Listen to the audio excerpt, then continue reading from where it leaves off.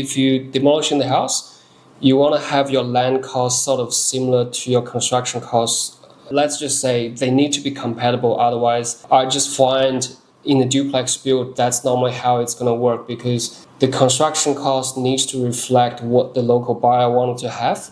And the land acquisition cost, obviously, if they are too low, that means you're in a low to medium market. So provide a low to medium market finish is reasonable. If you want to spend, say, $1.7 million, the construction cost doesn't have to come up to exactly 1.7, but it should be somewhere around maybe 1.2, 1.3, and pull back down that construction cost a little bit just to even them out. It doesn't have to be a flat surface. It will always be, a percentage, say 10, 20%, 15% difference, but they shouldn't be varying too much. We had a nearly just less than 1.1 purchase price. That was 2 years ago. Construction costs had a major increase. We budgeted for about, I think was just over $1 million. Now the whole cost at the time we get into the construction contract for that particular property was about 1.5. So there's a bit of discrepancy there.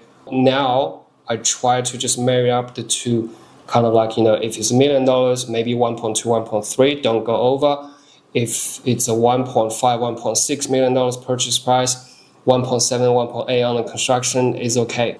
Just as a basic rule of thumb for you to consider. I'm just trying to tell you what the thinking is going to be behind how you work out the pricings.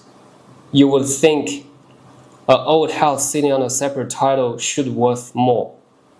So when I spoken to the guy who is doing that job, he was estimating around $1 million to $1.1 million resale price of the old unit. So if his estimate was correct, at about $1.4 million is his purchase price. If it's a villa or townhouse of 20 to 30 years old, worth about $750 to $850, they're aiming to sell their old house, freshly painted, blah, blah, blah, Torrance title at about 1 mil to 1.1. So if you do it that way, just on paper without looking into any other cost, 1.4 take away, let's just be on the lower side, you should have got about $400,000 debt left over on that block of land after you get rid of the old house. Let's just say there's going to be another $100,000 for your DA cost and holding cost, blah, blah, blah. So essentially you would have landed on a block of land at about $500,000. So they bought the block of land at 1.4. They want to sell the old house without the backyard for 1.1 or $1 million.